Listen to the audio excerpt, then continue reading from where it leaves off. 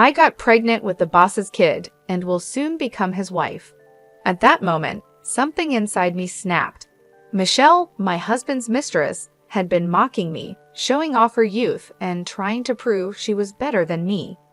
She even took my job as the president's secretary, and now she wants my husband too.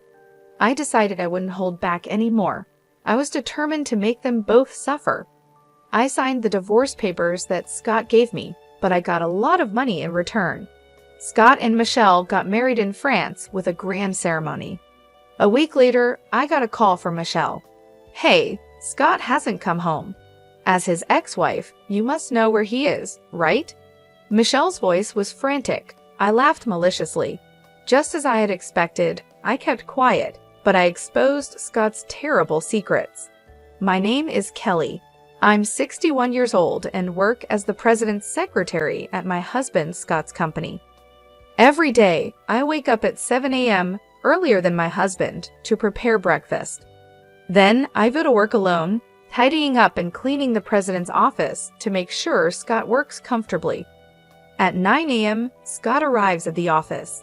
"Thank you, Kelly, you cleaned again today," he says. I approach him and retie his tie. "It's fine, dear. You want to work in a clean room, right?" I reply, "That's right," he answers. Scott and I were introduced by an acquaintance. We haven't had children, but we've lived together, supporting each other for 31 years. The company, taken over by Scott from his father-in-law, is stable, and I've had no complaints about our life. By the way, the new business you planned, Johnny is going to fund it. The transfer was confirmed earlier, Scott tells me. "That's great. John seems to like you." "Your negotiating helped a lot," I respond. The company is run by Scott as the president and his brother, Johnny, as the chairman. Scott calls him John. "Remember, Johnny funded another business you planned before. Aren't you proceeding with that?" I ask. I casually asked Scott, and he looked annoyed. "It's fine, I'll handle it." "Nothing special on today's schedule, right?" he said. "Yes, because you mentioned it before," I replied. Scott smiled contentedly. "Good, good. Then, Kelly, there's someone I want to introduce to you. I'll bring them here, so wait for me." "Understood," I said, feeling uneasy about his words. Soon, I heard laughter from the hallway, Scott's voice and another, younger woman's voice. As I wondered about their friendly demeanor, the office door opened. "Kept you waiting, huh, Kelly?" Scott said, looking pleased, but I was too focused on the woman sitting next to him to respond. She was very young, with long, neatly arranged hair. She wore a miniskirt that revealed her thighs and a camisole that exposed her chest. It was like she was dressed for a night out, but she wore it confidently. I was astounded by her youth. "This is Michelle. She'll be working here from today," Scott said. "Nice to meet you," Michelle added. I was dumbfounded. Was this a joke? My husband introducing a young woman to me was hard enough to handle. Moreover, we don't hire fresh graduates. "Excuse me, but how old is Michelle?" I asked. "She's 24. I met her at a bar with friends. We hit it off. She's young and fresh and gives me energy. Don't you think she'll boost the morale of our employees?" "Ah, yes," I managed to say, seeing my husband's radiant expression. "Then, Kelly, please teach Michelle the ropes." "Michelle is going to work as a general employee, right? Then wouldn't it be better if—" I started. "Oh, I forgot to mention, we're going to have 2 secretaries from now on. So please teach Michelle the secretary work." "2 secretaries? Is that necessary?" I asked, feeling a pang in my heart. "Well, you're getting on in years. It's okay to pass on work to the younger ones." Scott laughed lightly, and it hurt. "The way you say it," I thought to myself. "Then take care. I'm going out for a bit on a personal errand. I'm counting on you to show her the ropes." With that, Scott left Michelle and me alone in the office. I took a deep breath to calm myself. Once Scott decides on something, he tends to rush into it and often regrets it later. This has happened many times throughout our marriage. It's useless to argue at times like this. For now, I'll just do as he says. It's bound not to work out anyway. "Hey, Kelly," Michelle tapped my shoulder. "Yes," I replied. "How old are you, Kelly?" she asked. It felt wrong not to answer after asking her age. I told her the truth. I'll be 61 this year, but my sincere feelings didn't reach Michelle. "What? You're as old as my grandmother. Poor thing, you could die any time and yet you still work." "That's kind of sad," she said. I gave a wry smile. "I like my job. It's not sad." "Oh, I see. The sad one is the boss, right? Whether he's at home or at work, he's always with an old woman. Really poor thing." With each word, my face grew more strained. "What exactly are you trying to say?" "You don't get it. I guess when you get older, your brain starts to slow down." Michelle let out a big sigh and said clearly, "Being young and beautiful, I have higher status than an old lady like you. You understand, right?" Her smile was full of confidence, and I shivered. I couldn't stay silent any longer. "You know, you should learn some common sense." "Did I make you angry? Is it menopause?" she asked. "You get angry so quickly. It must be hard to keep working if you get upset over such things. Plus, with menopause, you sweat a lot and get short of breath, right? It's embarrassing to try so hard. Maybe it's time for you to retire." As I stood there, dumbfounded, Michelle laughed and whispered in my ear, "Why don't you retire as president's wife too?" I shuddered. This person intended to take Scott away from me. I couldn't help but raise my voice. "Enough is enough. With that kind of intention, I can't teach you anything. Leave the company right now." I expected a quarrel, but Michelle looked at me with tears streaming down her face. "I'm sorry. I just wanted to get along with you, Kelly, and made a joke, but it was too much. Too much." Michelle collapsed to the floor, sobbing like the heroine of a tragedy. "I'll leave this company. Thank you for everything." Michelle ran out of the room. What is happening? Overwhelmed by the sudden turn of events, I stood there dumbfounded until Michelle returned with a red-faced Scott in tow. "What are you doing?" His sudden yell made me tremble. "What's wrong, dear?" "I heard from Michelle you yelled at her." "It's because she said something terrible." "Don't lie. I've been listening to your conversation." Michelle had recorded our argument on her mobile phone. The recording started from the moment I scolded Michelle, giving the impression that I suddenly blamed her without reason and made her cry. That's why she apologized so sincerely, sobbing and all. I bit my lip in frustration. "You don't believe me." "Believe Michelle. She came to me crying about what you did. There's a recording. It's clear whose words have more credibility. A secretary who bullies employees is fired as of today." I couldn't believe it. I had always supported Scott both at home and at work. Now he was abandoning me for Michelle, who just joined the company. "Wait, then who will do the secretary's job?" I asked. "It's decided. Michelle will do it," Scott said. "That's impossible. And what about you?"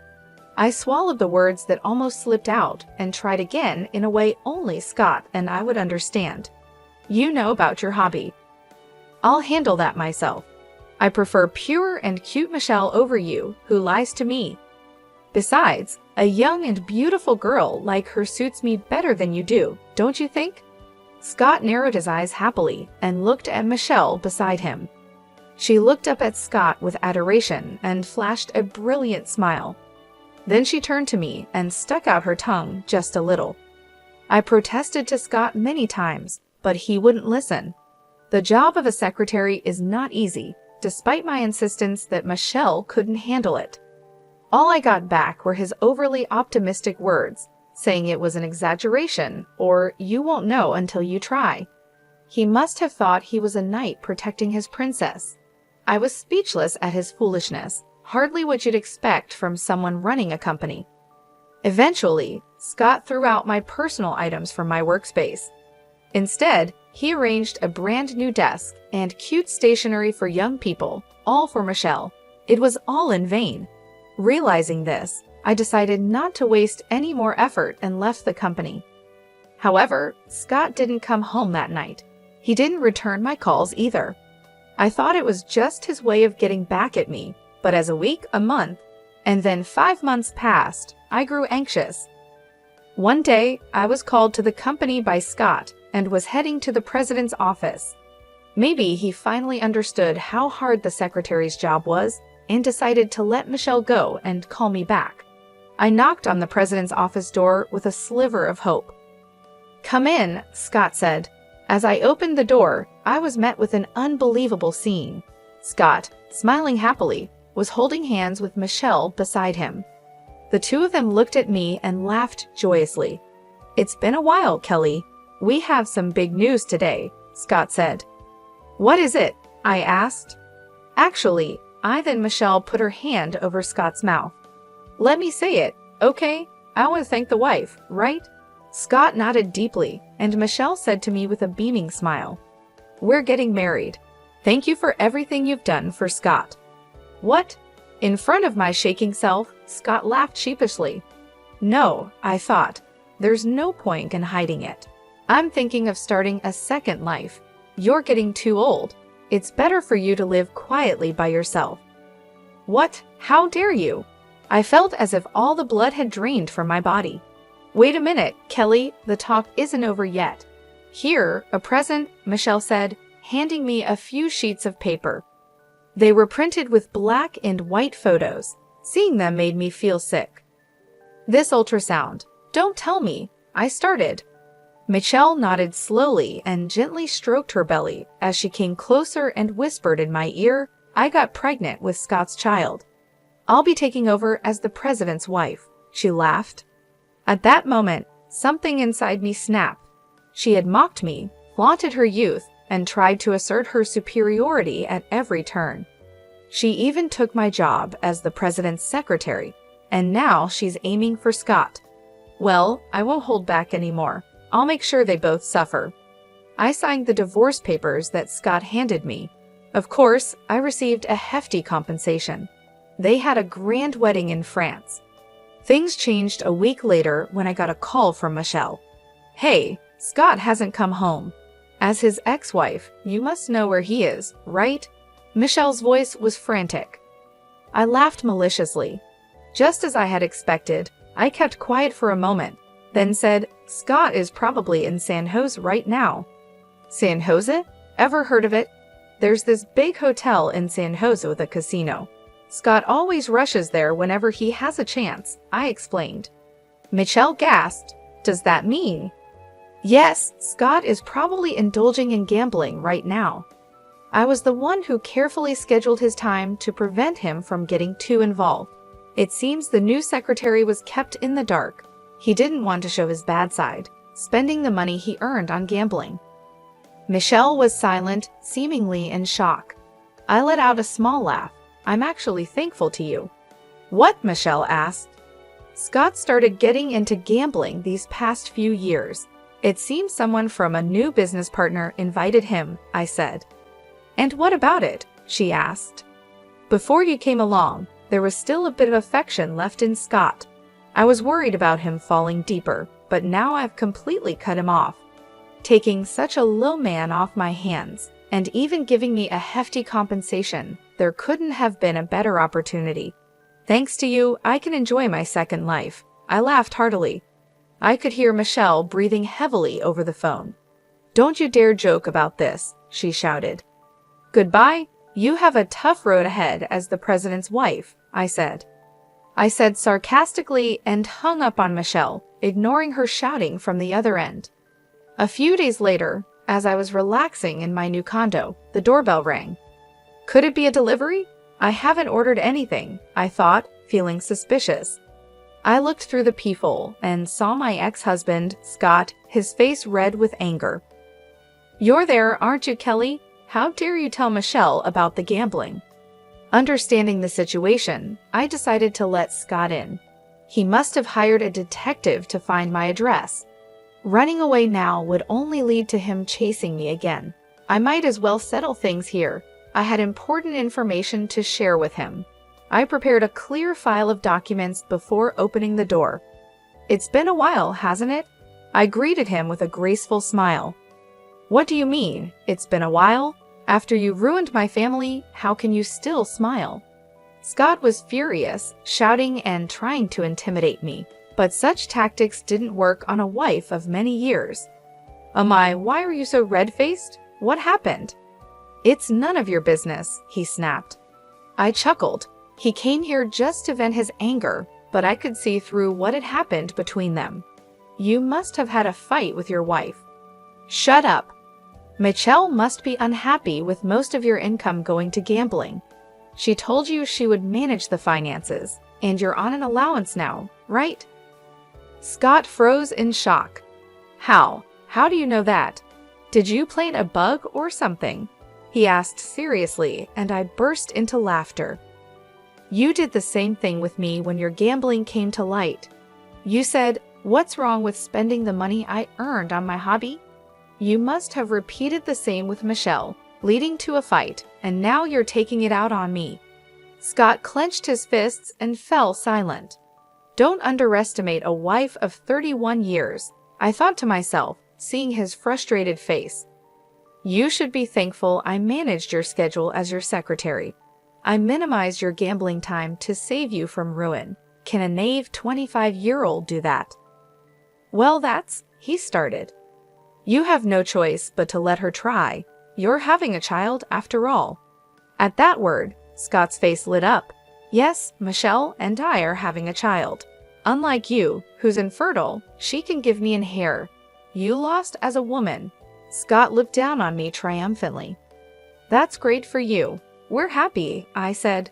Don't try to ruin my family again. I came here to warn you today.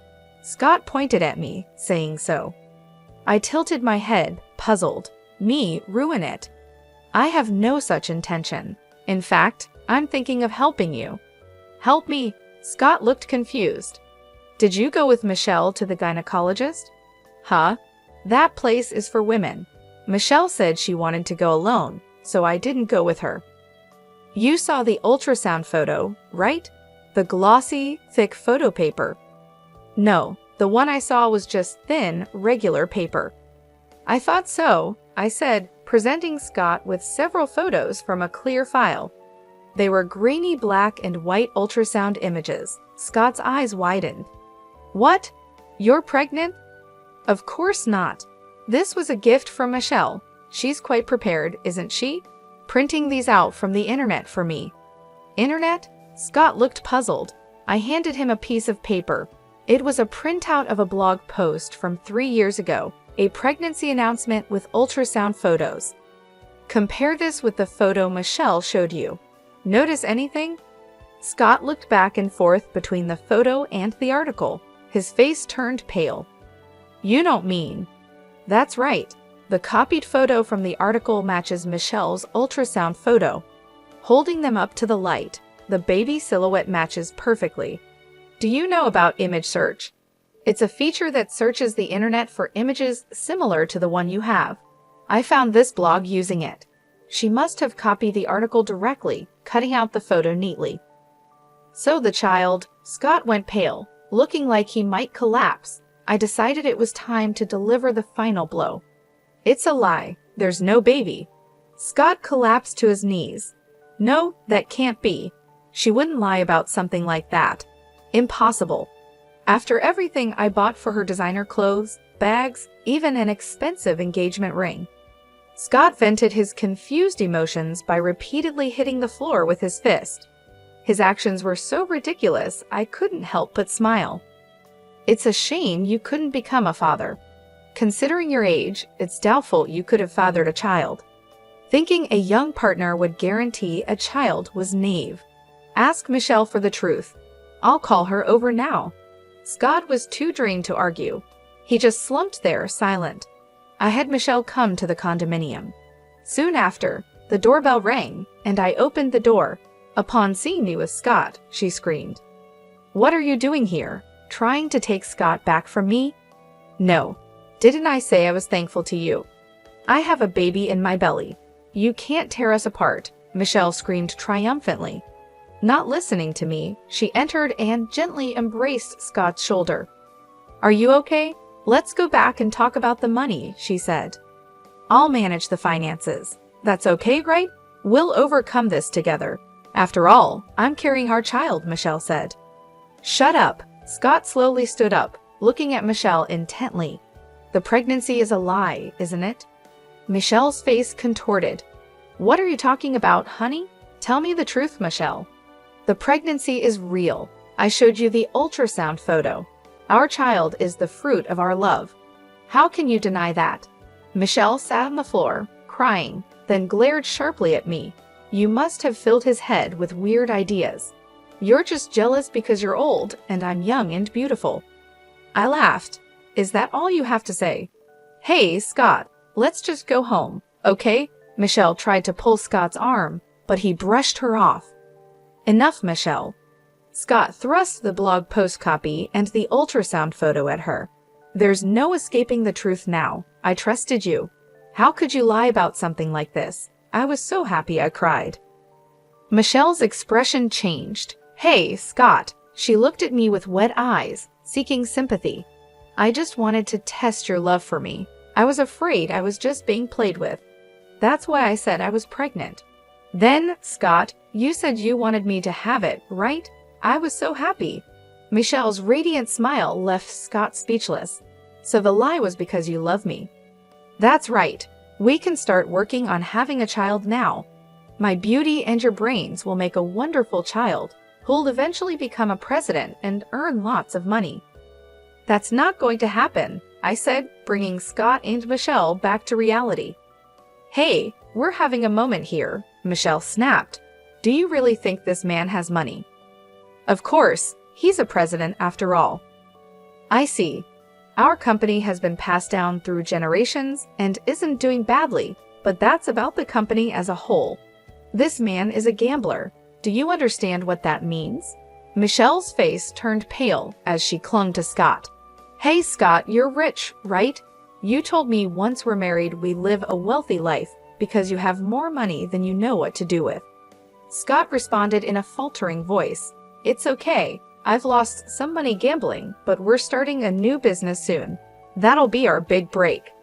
What are you talking about? I pointed out Scott's ugly lies. I know for a fact there's no new business venture planned. What do you mean? You got funding from Johnny recently, right? Where's that money now? Surely it wasn't spent on luxury brands and an engagement ring for a new wife. I glared at Scott. What? That's not something I would do. Scott laughed derisively, though his voice trembled. I sighed briefly. You embezzled the company's money, I said. Scott swallowed hard under my steady gaze. I had suspicions. You've been saying you're starting new ventures and getting funding from Johnny, but no business ever materializes. Just one new venture after another. It was odd not to doubt, so I spoke with Johnny to gather solid evidence. You teamed up against me. The money John transferred that day was a decoy. You transferred the business funds directly into your own bank account this time. Usually you're more careful, using various accounts to avoid detection. Were you that desperate for money, trying to prove to Michelle you're wealthy? Scott fumbled for words, confirming my suspicions. I said the last word, you're done. Get arrested and live as a criminal for the rest of your life. Shut up, it's a family matter. It'll probably just end with probation. Besides, John will bail me out. Even if I'm charged, I'll be out in no time, Scott reassured himself. How do you know all this? You were supposed to be fired. You have nothing to do with this. Johnny told me. John did? Yeah, it's me. Johnny hired me. Scott opened his mouth in surprise. I explained calmly, yes. When he heard you dumped me, he contacted me immediately. He apologized for your terrible actions and asked if he could hire me back. I said yes right away. You didn't know. John is keeping it from me. That bastard. I'm grateful to Johnny. He put me in charge of schedule management, and I'm earning more than before. I showed a broad smile, and Scott gritted his teeth. That John. I'll confront him right now, Scott said as he was about to leave. That's when it happened. Michelle grabbed Scott's arm and pulled him towards her with strength, their faces almost touching. Her expression was devilish. Hey, you lied to me, flaunting your wealth. In reality, you're just an old criminal.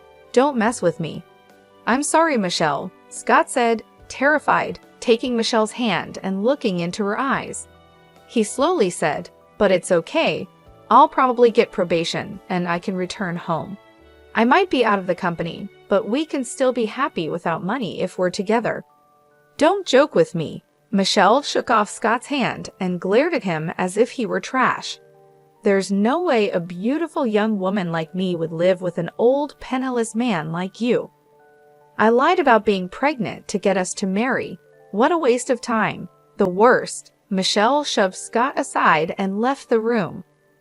Michelle, wait for me, Scott called out, but Michelle shut the door behind her. He stood at the entrance like a ghost. I spoke to Scott. Please leave. This is my house. Kelly, can't we start over? Me as the president and you as the secretary like before? Scott tried to charm me with a smile, but I flatly rejected him. It's impossible. I hate you. I never want to see your face again. Scott's eyes widened, and he started to tremble. Enough of that, I said, opening the door and pushing him out. I locked the door and began watching TV.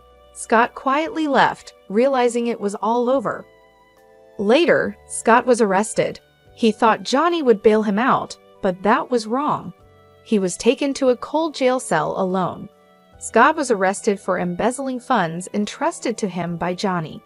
Besides, he had told suppliers and related companies he was starting new ventures, asking for loans, and then diverting those funds to his personal account for private use. Scott received a sentence without probation and won't be out for several years. As for Michelle, she was suspected of conspiring with Scott and was investigated. Though no evidence of conspiracy was found, the police discovered she had been skimming money from various businessmen, approaching wealthy-looking men in bars, becoming their girlfriend, and then claiming she needed money for a pregnancy or a parent's surgery. Essentially, Scott was also a victim of Michelle's scams. Michelle was arrested for fraud. Both of them ended up in the care of the police. Half a year has passed since Scott's arrest. I am still working with Johnny, trying to recover the company's image. It's not easy, and Johnny is always worried. I want to support him, feeling grateful to him. One evening, I returned to the company with Johnny. He sank deeply into his chair and exhaled. It's been a tiring day. We had a series of business dinners. Johnny looked into my eyes and smiled. Ah, but thanks to you, Kelly, for picking a good restaurant. We had an enjoyable meal. Many of the clients are around my age, so they appreciated the healthy yet luxurious dining experience. Plus, none of them knew about today's place. It was like a surprise. Thanks to that, the conversation flowed well. Thank you. Johnny wore a gentle smile. Unlike Scott, Johnny is always calm and composed. When he speaks with someone, he always uses polite language, and his sincere character is evident. I find Johnny's personal charm appealing. It's too kind of you to say, I replied. I thanked him. Johnny sighed contentedly. To think someone as capable as you was Scott's spouse is truly surprising. I chuckled lightly. Former spouse. I have no relation with him anymore. Right, he said. By the way, Kelly, how long do you plan to work? Don't you think about retiring and living quietly at home? I answered with a smile. I love my work. As long as I'm physically able, I want to keep working. Johnny nodded happily. I want you to help me rebuild this company. It's going to be a long partnership, but I'm counting on you from now on. I nodded firmly. Yes, Johnny. Johnny laughed, amused. Seeing his laughter made me feel warm inside. My second life is surely going to be enjoyable. Looking at Johnny's smile, I thought just that.